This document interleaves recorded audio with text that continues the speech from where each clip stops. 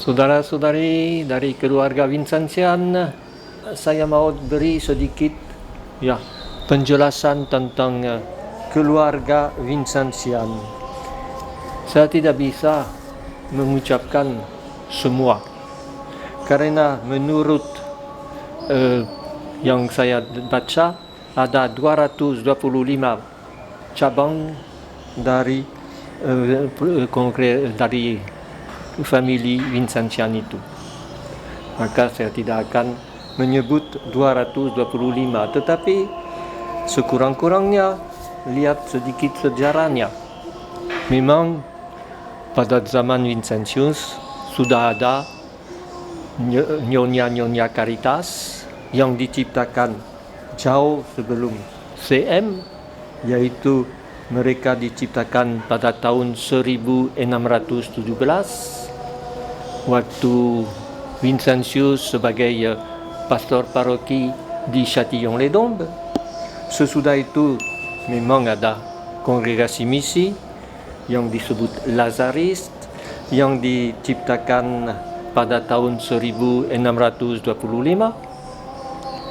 Putri Kasih yang didirikan pada tahun 1632. Dalam keluarga Vincentian memang ada juga konferensi-konferensi hari Selasa, tetapi sesudah itu hilang.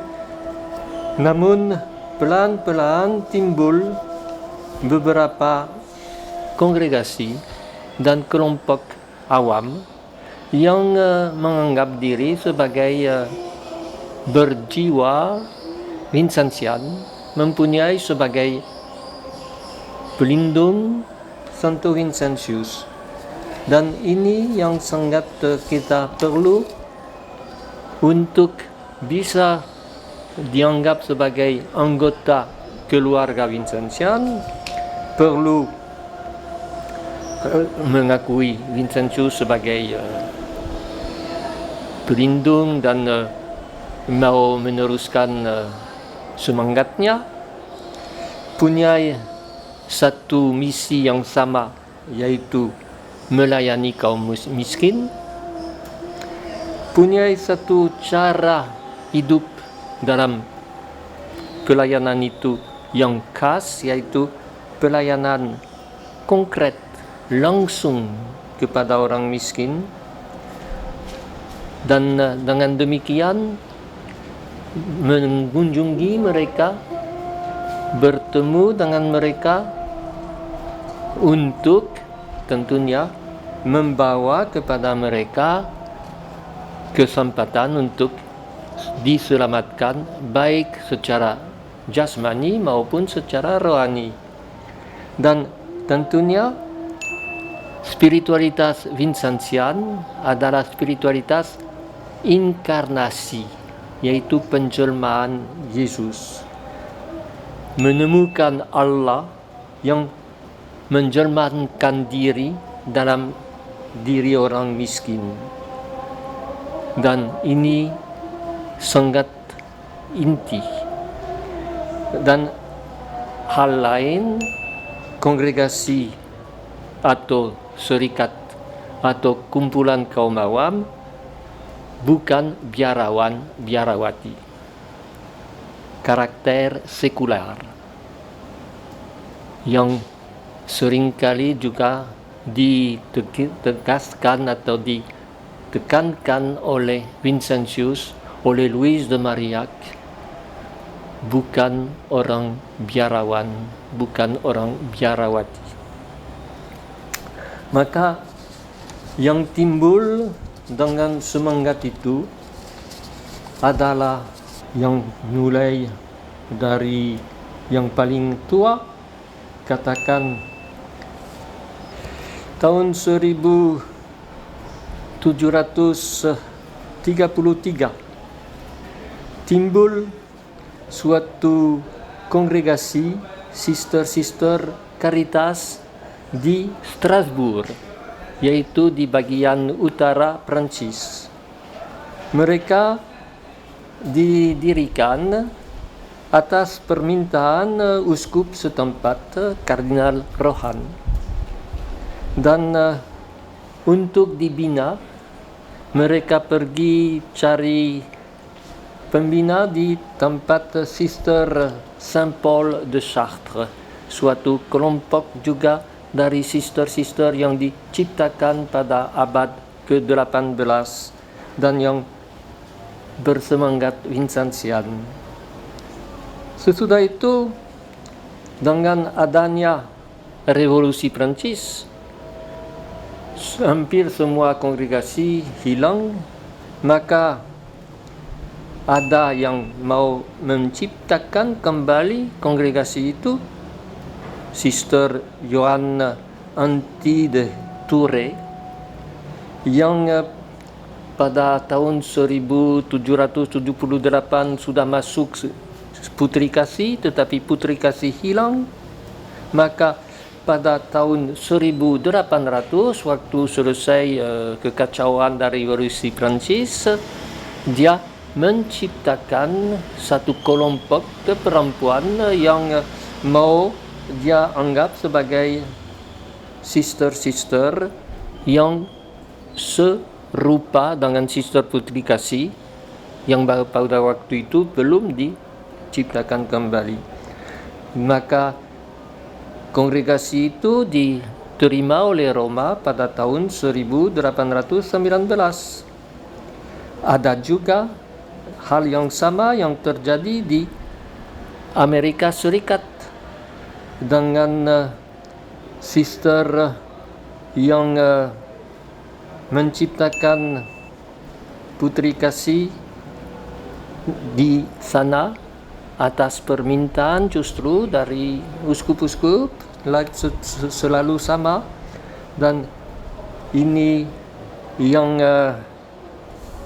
diciptakan oleh Elizabeth Anne Baylor Seton pada tahun 1809. Lama-kelamaan bagian itu akan makin dekat dengan Putri Kasih kalau bisa disatukan kembali. Ada juga pada tahun 1845 yang sudah saya sebut, religius atau frater-frater dari Santo Vincentius de Paul yang diciptakan oleh Jean-Léon Le Prévost, SSV yang diciptakan 1833, yang juga sesudah Maria menampakkan diri kepada Sister di Rue du Bac, Sister Catherine Labouré. Maka sesudah itu tahun 1847 timbul yang pemuda Marian dari Vincentian atau GMV, Vincentian Marian Youth, yang juga timbul pada tahun 1885 di Amerika Latin.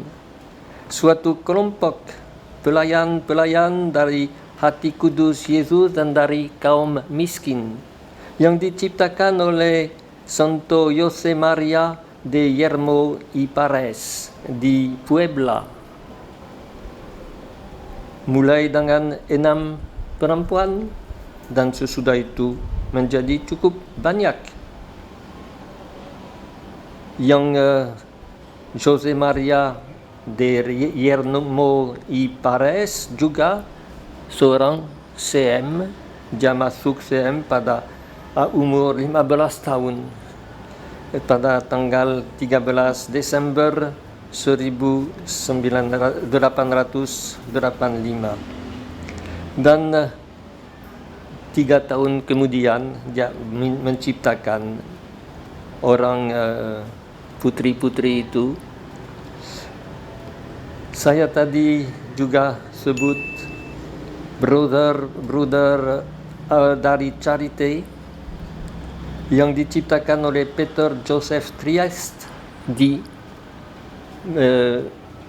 Belgia pada tanggal 28 Desember 1807, yang juga asosiasi medali miracle, medali dahsyat, sudah saya sebut tadi, 1909. Pada tahun 1960 diciptakan ALMA, Asosiasi Lembaga Misionaris Awam, oleh Romo Paulus Johnson di Indonesia. Pada tahun 1999 diciptakan MISEVI, yaitu Awam Misionaris Vincentian, yang di seluruh dunia. Semua ini bukan sesuatu yang baru, tetapi berkembang terus.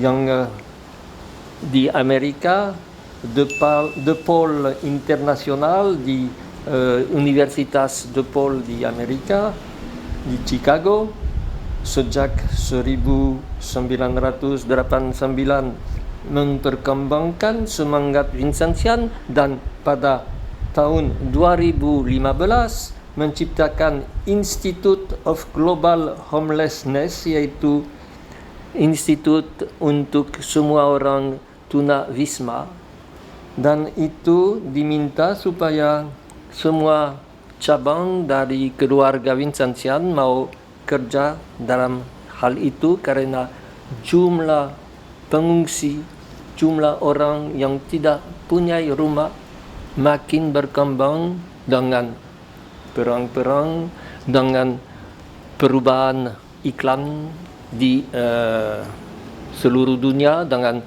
banyak orang yang harus meninggalkan pulaunya atau tempat mereka yang tidak bisa dihuni lagi, dan akan makin jadi.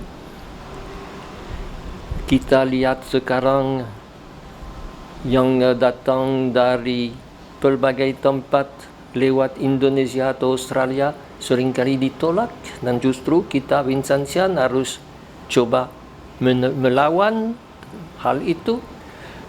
Di Eropa, apalagi di Prancis, di Jerman, di krisis karena mau menolak transmigran, tetapi justru kita sebagai Vincentian, sesuai dengan justru dorongan dari Paus kita Franciscus, harus menjadi orang yang siap menerima pengungsi-pengungsi itu, menerima orang-orang yang tanpa rumah, tunawisma.